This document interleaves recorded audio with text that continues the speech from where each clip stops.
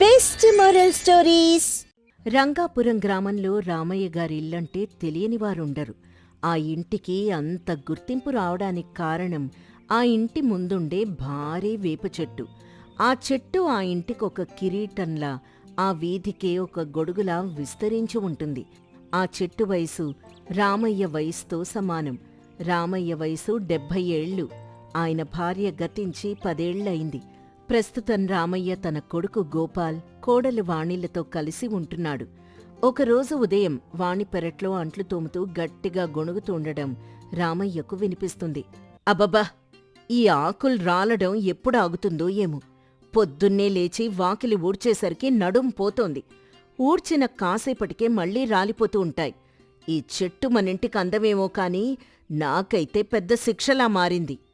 ఏంటే పొద్దున్నే మొదలుపెట్టావు? ఆ చెట్టు గురించి కొత్తగా చెప్పేదేముంది? అది నాన్నగారికి ప్రాణం. మనం ఏమన్నా అంటే ఆయన కోపం వస్తుంది. కోపం వస్తే రానివ్వండి, కష్టం నాది కదా. అయినా ఈ మధ్య ఈ చెట్టు వేర్లు ఇంటి పునాదిలోకి వెళ్తున్నాయి. ఇలాగే వదిలేస్తే రేపింటికే ప్రమాదం. అవునే, మొన్న మేస్త్రీ కూడా అదే మాట అన్నాడు. అయినా ఈ చెట్టు వల్ల మనకొచ్చే లాభమేముంది చెప్పు? ఆకులు రాల్డం తప్ప. అసలే ఇంటి ముందు స్థలం వృధాగా పోతోంది. అక్కడ 2 గదులు కట్టి కిరాయికి ఇస్తే నెల నెల 4 రాళ్లొస్తాయి. మరి ఈ విషయం మీ నాన్నగారితో మాట్లాడొచ్చు కదా. రోజూ ఆ అరుగు మీద కూర్చొని దారిన పోయేవాళ్లతో కబుర్లు చెప్పుకోవడం తప్ప ఆయన చేసేదేముంది? మన కష్టాలు ఆయనకు అర్థం కావా? మాట్లాడాలి వాణి, ఈరోజే మాట్లాడతాను. రామయ్య ఇదంతా చెట్టు కింద అరుగుమీద కూర్చొని వింటూనే ఉంటాడు. ఆయన ముఖంలో చిరునవ్వున్నా కళ్లలో తెలియని ఆవేదన కనిపిస్తుంది. నాన్నగారు, ఇక్కడ కూర్చున్నారా? గోపాల్, రారా కూర్చో. నాన్న, మీతో ఒక ముఖ్యమైన విషయం మాట్లాడాలి. చెప్పు నాయనా, ఏంటా విషయం? అది ఈ మధ్య ఇంటి ఖర్చులు బాగా పెరిగిపోతున్నాయి నాన్న. నా సంపాదన సరిపోవడం లేదు. వాణి కూడా చాలా ఇబ్బంది పడుతోంది. అవునరా, కాలం మారుతోంది, ధరలు పెరుగుతున్నాయి. మనం దానికి తగ్గట్టుగా సర్దుకుపోవాలి. ఏమైనా డబ్బు అవసరం ఉందా? గోపాల్ కాస్త తడబడుతూ, డబ్బులు కాదు నాన్న, శాశ్వత పరిష్కారం గురించి ఆలోచిస్తున్నాను. మన ఇంటి ముందు ఇంత ఖాళీ స్థలం ఉంది కదా, అది వృథాగా పోతోంది. వృథాగా ఎందుకు పోతోందిరా? అక్కడ మన వేప చెట్టు ఉంది కదా, అది చల్లని గాలిస్తుంది కదా. గాలి సంగతి పక్కన పెట్టండి నాన్న. గాలి తిని మనం బతకలేం కదా. ఆ చెట్టు వల్ల ఆకులు రాలి ఇల్లంతా చెత్తవుతోంది. వానికి పనెక్కువవుతోంది. పైగా దాని వేర్లు ఇంటి పునాదిని దెబ్బతీస్తున్నాయి. ఇంటి పునాదిని దెబ్బతీసేంత బలహీనమైనది కాదురా మన ఇల్లు. మీ తాతగారు కట్టించిన ఇల్లిది. అయినా వేర్లంత దూరం రాలేదులే, నేను చూస్తున్నాను కదా. మీరు చెట్టు మీద ప్రేమతో ఇలా అంటున్నారు. అసలు విషయం ఏంటంటే, ఆ చెట్టును తీసేసి అక్కడ 2 గదులు కడితే నెల నెల అద్దె వస్తుంది. మన ఆర్థిక ఇబ్బందులు తీర్తాయి. మన భవిష్యత్తు కూడా బాగుంటుంది. రామయ్య మౌనంగా కాసేపు గోపాల్ వైపు చూసి, చెట్టును తీసేద్దామనా? అవునాన్నా, అది ముసలి చెట్టు అయిపోయింది. ఎప్పుడైనా గాలివాన కూలిపోతే ప్రమాదం కూడా. అందుకే ముందే జాగ్రత్త పడితే మంచిది కదా అని అటు డబ్బుకి డబ్బు, ఇటు భద్రత కూడా. గోపాల్, ఆ చెట్టు కేవలం కలప కాదురా, అది మన కుటుంబంలో ఒక మనిషి లాంటిది. నీకు గుర్తుందా? నువ్వు చిన్నప్పుడు అమ్మ కోప్పడితే ఆ చెట్టు వెనకే దాక్కునేవాడివి. నీ కాటలు నేర్పింది ఆ చెట్టేరా. గతం గురించి మాట్లాడితే కడుపు నిండదు నాన్న. ఆ చెట్టు వల్ల మనకొక్క రూపాయి కూడా లాభం లేదు, పైగా నష్టమే. అన్నింటినీ రూపాయలతోనే కొలుస్తావా గోపాల్? నీడని కూడా డబ్బుతోనే కొంటావా? మళ్ళీ మొదలుపెట్టారా? చిన్న చెట్టు కోసం ఇంత పెద్ద మాటలెందుకు? సరే, నేను వెళ్తున్నా. సాయంత్రం వచ్చాక మళ్ళీ మాట్లాడదాం. గోపాల్ విసుగ్గా వెళ్ళిపోతాడు. రామయ్య చెట్టువైపు చూస్తూ ఉండిపోతాడు. ఆయన కళ్లల్లో నీళ్లు తిరుగుతాయి. మధ్యాహ్నం రామయ్య స్నేహితుడు కృష్ణమూర్తొస్తాడు. ఏంట్రామయ్యా, అలా దిగాలుగా కూర్చున్నావు? ఆరోగ్యం బాగుంది కదా? ఆరోగ్యం బానే ఉంది కృష్ణ, మనసే బాలేదు అంతే.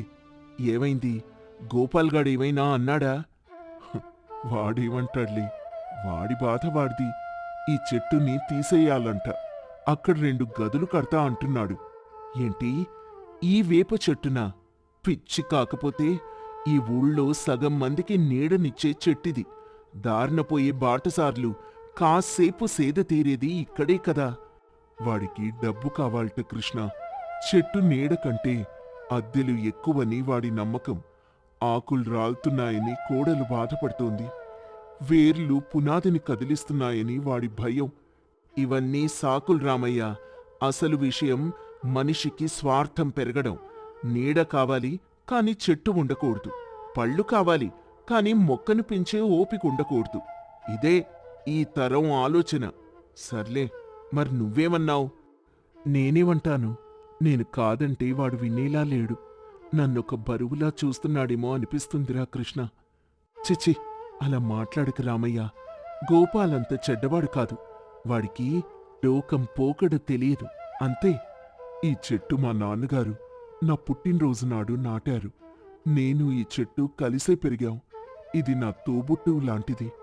దీన్ని నరికేస్తూ ఉంటే నేనెలా తట్టుకోగలను చెప్పు? నువ్వు బాధపడుకురా. నేను గోపాల్తో మాట్లాడతాను. వాడికి నచ్చచెప్పడానికి ప్రయత్నిస్తాను. వద్దు కృష్ణ, బయటి వాళ్ళు చెబితే వినే స్థితిలో వాడు లేడు.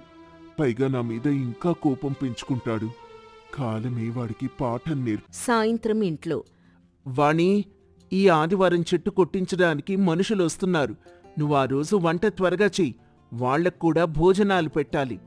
సరేనండి, కానీ మావయ్య గారు ఒప్పుకున్నారా? ఒప్పుకోక ఏం చేస్తారు? ఆయనక్కూడా అర్థమై ఉంటుంది ఇది మన మంచికే అని. అప్పుడే రామయ్య లోపలికొస్తాడు. గోపాల్, ఆదివారం వద్దురా, సోమవారం చేయించు. ఎందుకు నాన్నా? ఆదివారం అమావాస్య, మంచి రోజు కాదు. చెట్టు నరకడానికి కూడా ఒక ముహూర్తం ఉండాలిరా. అది కూడా ప్రాణం ఉన్న జీవే. గోపాల్ నవ్వుతూ, నాన్న, మీరు మరీను చెట్టు నరకడానికి ముహూర్తమా? మనమేదో పెళ్లి చేయడం లేదు కదా. అయినా మీరీ చాదస్తాలు పక్కన పెట్టండి. మావయ్య గారు చెప్పింది కూడా నిజమేనేమో అండి. అమావాస్య రోజెందుకు? నువ్వు కూడా మొదలుపెట్టావా వాణి? ఇక్కడ వ్యాపారం, డబ్బు ముఖ్యం. రోజులు, తిథులు కాదు. ఆ చెట్టు పోతే మన దరిద్రం పోతుంది.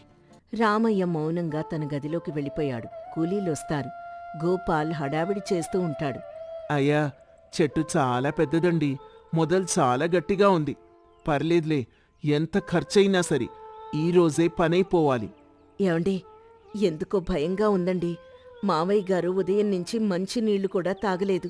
గదిలోంచి బయటికి రావడం లేదు. ఏం కాదులేవే, కాసేపు అలక ఉంటుంది.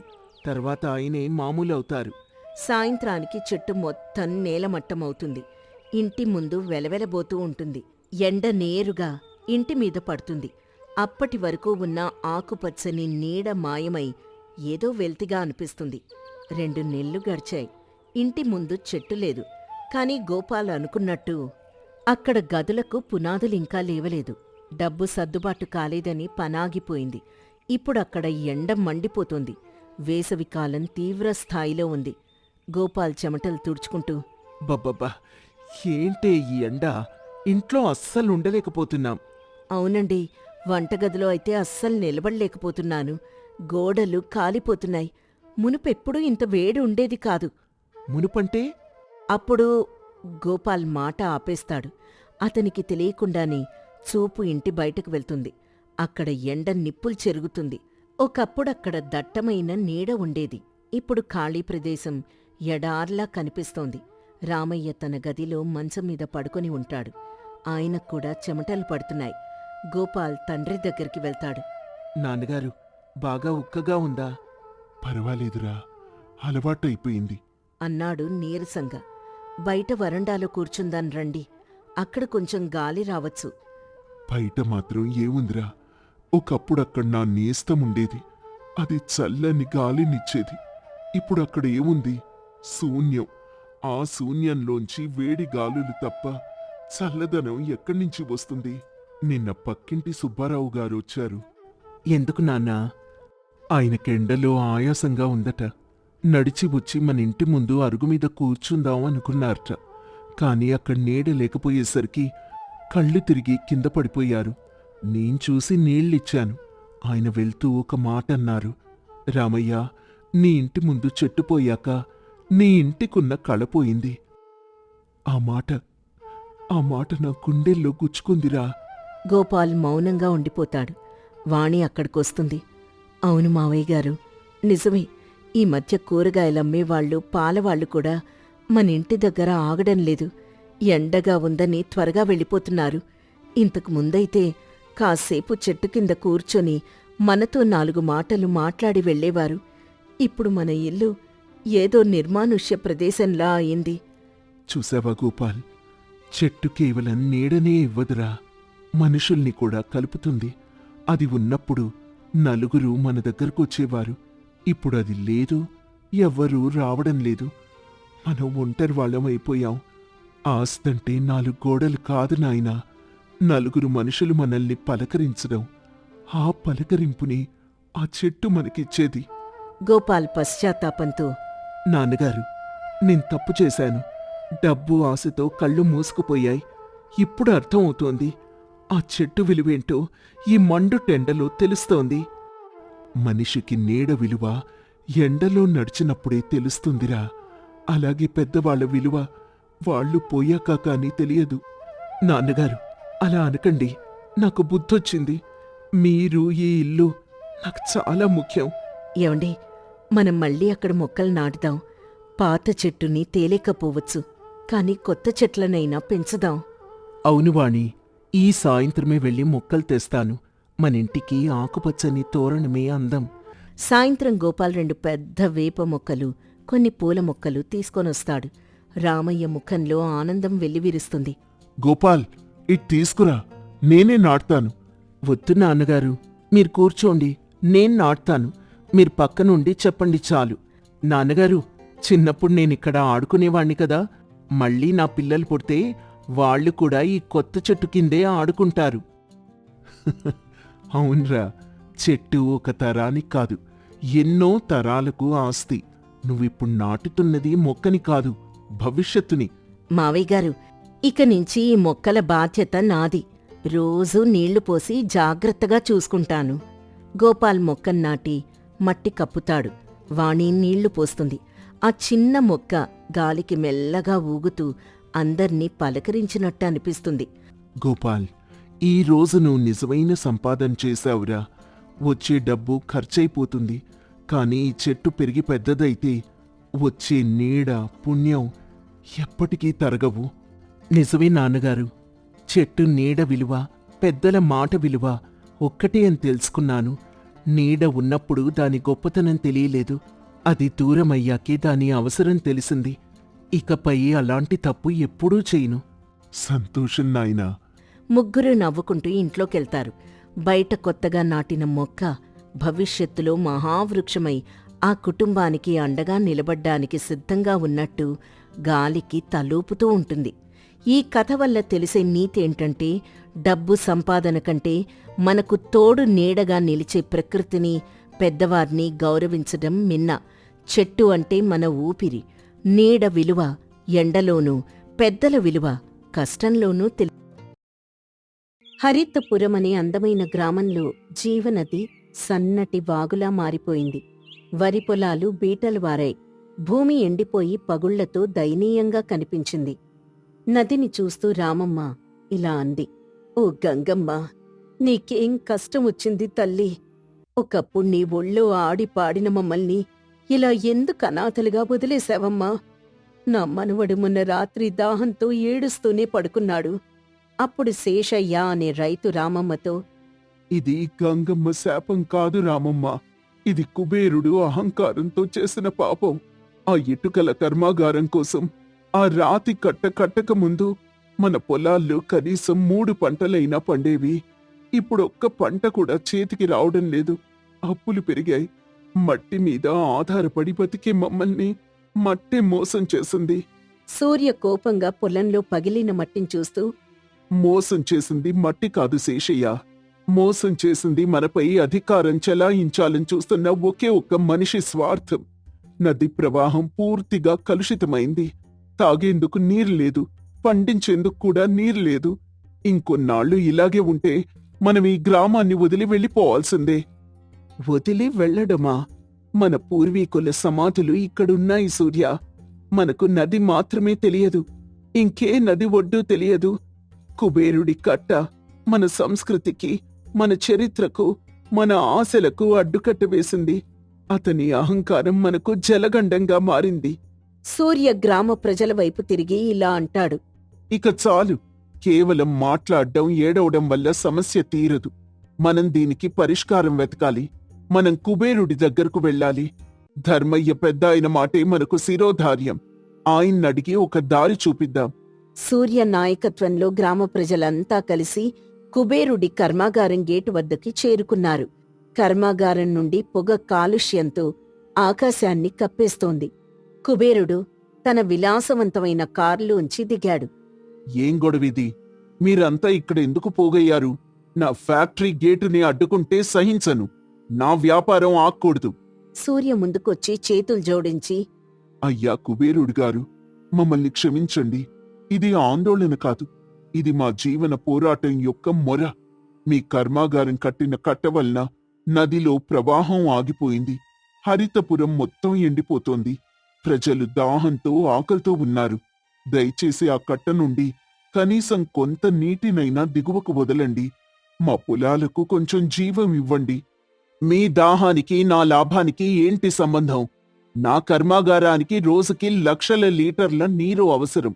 మీరంతా కేవలం కొన్ని వందల మంది. నా లాభం ముందు మీ అవసరాలు చిల్లర. పైగా నేనీ ప్రాంతాన్ని చట్టబద్ధంగా కొనుక్కున్నాను. కట్టడానికి నా దగ్గర ప్రభుత్వ అనుమతుంది. మీరు ఆకాశం వైపు చూసి వర్షం కోసం వేడుకోండి, నన్ను కాదు. అప్పుడు వృద్ధ రైతు ఏడుస్తూ, నాకున్న 10 ఎకరాల పొలం మొత్తం పోయింది నాయనా. నా కూతురి పెళ్లి కోసం దాచుకున్న డబ్బంతా ఖర్చయిపోయింది. పైగా నేనిప్పుడు అప్పుల పాలయ్యాను. కనీసం తాగునీటికైనా దయ చూపించండి. మీకేవన్నా సమస్యలుంటే అవి మీరు చూసుకోవాలి. ఈ నది నా వ్యక్తిగత ఆస్తి కిందకొస్తుంది. నా నీటిని వాడ్డం నా హక్కు. మీకు ధైర్యం ఉంటే వెళ్లి కేసు వేయండి. చట్టం నా వైపే ఉంటుంది. నేను వ్యాపారిని, దానం చేసేవాణ్ణి కాదు. వెంటనే ఈ ప్రాంతాన్ని వదిలి వెళ్ళిపోండి. మళ్ళీ ఇక్కడికొస్తే నా మనుషులు మీకు సరైన జవాబు చెప్తారు. కుబేరుడు అహంకారంగా కారెక్కి వెళ్ళిపోయాడు. గ్రామ ప్రజలు నిస్సత్తువగా అవమానంతో తల దించుకొని నిలబడ్డారు.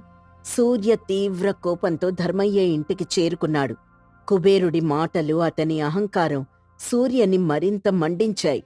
ధర్మయ్య, ఇక శాంతం వద్దు. వాడు మనల్ని చీపురు పుల్ల కంటే హీనంగా చూశాడు. వాడు చట్టం గురించి మాట్లాడాడు. అయితే మనం ఈరోజు రాత్రి కొందరం వెళ్ళి ఆ కట్టను పేలుడు పదార్థాలు పెట్టి పేల్చేద్దాం. అది నాశనమైతే కాని వాడు మన దారికి రాడు. ప్రతీకారమే మార్గం. ఆగు సూర్య, ఆగు. నీ కోపం న్యాయమైందే, కాని ఆ మార్గం ధర్మబద్ధం కాదు. ప్రతీకారం అనేది ఓటమికి మొదటి మెట్టు. కుబేరుడు చేసింది అన్యాయం. మనం చేసింది అన్యాయమైతే మనకు అతనికి తేడా ఏముంటుంది చెప్పు? అప్పుడు మన జీవన హక్కు పోరాటం దొంగల పోరాటంగా మారుతుంది. నీతి లేని విజయం ఓటమి కంటే హీనం. ఎందుకంటే అది మన మనస్సాక్షిని చంపేస్తుంది. మరేం చేయమంటారు? వాడు చట్టబద్ధంగా భూమిని కొనుక్కున్నానని, నీరు తన సొంతమని అంటున్నాడు. మన మాట ఎవరు వింటారు? ధర్మయ్య ఒక పాత పుస్తకాన్ని తెరుస్తూ, చూడు సూర్య, ఈ పాత పుస్తకాలు చదువు. మన పూర్వీకులు నదిని ఎలా కాపాడారో తెలుసుకో. నదిని ఎవ్వరూ కొనలేరు, దొంగిలించలేరు. భూమిపై నీకు హక్కు ఉండవచ్చు, కాని ప్రవాహంపై నీకు హక్కు లేదు. 1000 సంవత్సరాల క్రితం మన పూర్వీకులు నది పొంగినప్పుడు నీరు పొలాలకు చేరేందుకు ఒక సహజమైన కాల్వని ఏర్పర్చారు. వారు దాన్ని అతివాహిని అని పిలిచేవారు. అది నేరుగా మన గ్రామ పొలిమేరల వైపు వెళ్తుంది. కుబేరుడు తన కట్ట కట్టే సమయంలో ఆ అతివాహిని ప్రారంభదారిని పెద్ద మొత్తంలో మట్టితో కప్పేశాడు. అందుకే మనకిప్పుడు నీరు రావట్లేదు. అతివాహిన అంటే నది సహజంగానే మన వైపుకొచ్చే దారి ఉందన్నమాట. కుబేరుడు కట్టిన కట్టను కూల్చకుండానే మనం ఆ పాత దారిని తవ్వితే నీరు చట్టబద్ధంగా మన వైపుకొస్తుంది. అదే ధర్మ మార్గం సూర్య. మనం అతని ఆస్తికి హాని కలిగించకుండా నది సహజ హక్కును మాత్రమే పునరుద్ధరిస్తున్నాము. ఒక చెడు పనిని మంచి పనితో జయించాలి. ఈ పని నిశ్శబ్దంగా, అపారమైన శ్రమతో కూడుకున్నది. కనీసం 3 రాత్రులు నిద్ర లేకుండా రాయిని కూడా పగలగొట్టే శక్తితో ఈ కాలువని తవ్వాలి. సూర్య అతనితో పాటు యువకులు పెద్దలు కలిసి పాత అతివాహిని దారిని తవ్వడానికి సిద్ధమయ్యారు. అది చీకటి రాత్రి. వారికి మార్గదర్శి కేవలం చంద్రుడి వెన్నెల, వారి మనసుల్లో ఉన్న ధర్మదీపం. సూర్య గుణపంతో మొదటి గట్టి మట్టిని కొడుతూ, మొదలు పెడదాం. రాత్రి పొద్దుపోయే వరకు ఎవ్వరూ మాట్లాడకూడదు. కుబేరుడి మనుషులు మనల్ని గమనించకూడదు. ఈ శ్రమ మన ఆకలికి, మన దాహానికి పెట్టే బలిదానం. అప్పుడు గోపి అనే యువ రైతు ఇలా అంటాడు. ఈ మట్టి ఎంత కఠినంగా ఉంది సూర్యన్నా. మనం కేవలం పారలు, గడ్డపారలతో ఎంతని తవ్వగలం చెప్పు? గోపి, మన బలమే సంకల్పం. వాడు రాతి కట్ట కట్టాడు. మనం శ్రమతో కాలువను సృష్టిద్దాం. ప్రతి గుప్పెడు మట్టి మన పూర్వీకులు కోల్పోయిన నమ్మకాన్ని తిరిగిస్తుంది. గుర్తుంచుకో, మనం కేవలం కాలువను తవ్వడం లేదు, మన భవిష్యత్తుని తవ్వుకుంటున్నాం. యువకులు అలసిపోయారు. వారి చేతులు రక్తసిక్తమయ్యాయి. చాలా తక్కువ దూరం మాత్రమే తవ్వగలిగారు. ధర్మయ్య మరియు కొంతమంది మహిళలు వారికి పాత వంటకాలతో శక్తినిచ్చే ఆహారం తెచ్చారు. శ్రమ తీవ్రత స్వేదంలో ఉంటుంది సూర్య. మీ శ్రమ వృథా కాదు. కానీ అలసిపోకండి. కొంచెం విశ్రాంతి తీసుకోండి. కుబేరుడి కాపలాదారులు అలసటతో నిద్రపోతున్నారు. కాని మనం మెలకువగా ఉండాలి. ఇంకొక అడుగు ముందుకు ధర్మయ్య. మనకు మరో సగం మార్గం మాత్రమే ఉంది. మనం దీన్ని ముగించకపోతే కరువు మనల్ని ముగించేస్తుంది. అపారమైన శ్రమ తర్వాత వారు చివరి రాతి అడ్డుకట్టని తొలగించారు. ఆ క్షణంలో కుబేరుడి కట్టకు పక్కగా నది నీరు నెమ్మదిగా ఆ పాత అతివాహిని కాలువలోకి ప్రవహించడం మొదలుపెట్టింది. యువకుడు నిశ్శబ్దంగా కేకవేస్తూ, నీరొస్తోంది, నీరొస్తోంది అనన్నాడు. ఆ శబ్దం కేవలం నీటి ప్రవాహం కాదు, అది ధర్మం యొక్క విజయం. సూర్య కళ్లల్లో ఆనంద బాష్పాలు నిలిచాయి. ఆ యువకులు తమ చేతులు, కాళ్లపై ఉన్న గాయాలను కూడా లెక్క చేయకుండా ఆ నీటి ప్రవాహాన్ని చూసి తన్మయత్వం చెందారు. ఆ శ్రమ వారికి గొప్ప సంతృప్తిని ఇచ్చింది. మరుసటి రోజు ఉదయం హరితపురం గ్రామ ప్రజలు నదిలో నీటి మట్టం పెరగడం చూసి ఆశ్చర్యపోయారు. నెమ్మదిగా పొలాలకు నీరు చేరింది. ఈ విషయం తెలుసుకున్న కుబేరుడు కోపంతో రగిలిపోయి హరితపురం వచ్చాడు. మీరంతా చట్టాన్ని అతిక్రమించారు. నా న్యాయవాదితో మాట్లాడండి. మీరు నా కట్టను కూల్చకపోయినా నన్ను నష్టపరిచారు. నేను మీకు ₹1,00,00,000 నష్టపరిహారం కింద చట్టపరమైన కేసు వేస్తాను. ఆ కాలువని తక్షణమే మూసివేయాలి. సూర్య ఎలాంటి భయం లేకుండా నిటారుగా నిలబడి, కుబేరా, నీవు పొరబడుతున్నావు. నేను నీ న్యాయవాదితో మాట్లాడ్డానికి సిద్ధంగా ఉన్నాను. నువ్వు కట్టిన కట్ట నీ ఆస్తిపై ఉంది. కాని నది ప్రవాహం నీ ఆస్తి కాదు. మేం తవ్విన కాలువ పేరు అతివాహిని. ఇది మా పూర్వీకులు 1000 సంవత్సరాల క్రితం నది పొంగినప్పుడు దిగువ గ్రామాలకు నీరిచ్చేందుకు సహజంగా ఏర్పరిచిన దారి. నీవు దాన్ని మట్టితో కప్పివేశావు. నీవు నీ చట్టబద్ధమైన హక్కుని వాడుకోవచ్చు, కాని నీవు మా సహజ హక్కుని ఆపలేవు. ఈ నీరు నీది కాదు, ఇది ప్రకృతి ధర్మం. ఇదేం వాదన? సహజ హక్కు అంటే ఏంటి? ధర్మయ్య ముందుకొచ్చి శాంతంగా, అదే కుబేరా, అదే జ్ఞానం. నీకు ధనముంది కాని జ్ఞానం లేదు. నీవు నీటిని కొనవచ్చు, కాని నీరు ప్రవహించే దారిని కొనలేవు. నది ప్రవాహం ఒక నిరంతర ధర్మం. నీవిన్ని రోజులు ఆ నీటిని అక్రమంగా వాడుకున్నా వీరు నీకు నష్టం కలిగించలేదు. కేవలం ధర్మాన్ని నిలబెట్టారు. కుబేరా, నీ కర్మాగారం కోసం నువ్వు నీరు వాడుకో. కాని దిగువన ఉన్న వేలాది మంది జీవనాధారాన్ని ఆపడం మానవత్వానికి వ్యతిరేకం. నీవు నీతిగా ఉంటే నీకెప్పుడూ జలగండం రాదు. స్వార్థం తాత్కాలిక లాభాన్నిస్తుంది, కాని ధర్మం శాశ్వత కీర్తినిస్తుంది. నేను నిన్నిప్పుడు అడుగుతున్నాను, నీ కర్మాగారానికి లాభం ముఖ్యమా, లేక నీటి కోసం పోరాడుతున్న ఈ అమాయక రైతుల కన్నీరు ముఖ్యమా? కుబేరుడొక్క క్షణం మాట్లాడలేకపోయాడు. సూర్య ముఖంలో ఉన్న నిజాయితీ, ధర్మయ్య మాటల్లో ఉన్న జ్ఞానం, వెనకాల ఉన్న రైతుల కళ్లల్లో ఉన్న నిస్సత్తువ, ఇవన్నీ అతన్ని ఒకేసారి తాకాయి. అతను తన ధనదాహం ఎంతటి సామాజిక విపత్తుకు దారితీసిందో గ్రహించాడు. ఆపండి, నా తప్పు నేను తెలుసుకున్నాను. సూర్య, ధర్మయ్య గారు, నన్ను క్షమించండి. నేను ధనవంతుడినన్న అహంకారంతో కళ్ళు మూసుకుపోయి ప్రవర్తించాను. ఈ నది ఎవరి సొంతం కాదు. నా కర్మాగారానికి అవసరమైన నీటిని మాత్రమే ఇకపై నేను తీసుకుంటాను. నా కర్మాగారం నుండి వచ్చిన వ్యర్థ జలాలు నదిలో కలవకుండా ఉండేందుకు నేను తక్షణమే కాలుష్య రహిత కర్మాగారాన్ని నిర్మిస్తా అని వాగ్దానం చేస్తున్నాను. అంతేకాక గ్రామ ప్రజలు కోల్పోయిన పంట నష్టాన్ని భర్తీ చేయడానికి నేను ₹1,00,00,000 ధనాన్ని అందిస్తాను. మీరంతా దయచేసి ఆ కట్టని అలాగే ఉంచండి. నేను కూడా ధర్మాన్ని గౌరవించాలని నేర్చుకున్నాను. కుబేరుల్లో ధర్మం పునరుద్ధరించబడింది. అతను కేవలం వ్యాపారిగా కాక సామాజిక బాధ్యత ఉన్న వ్యక్తిగా మారాడు. హరితపురం ప్రజలు ఆనందంతో ఉప్పొంగిపోయారు.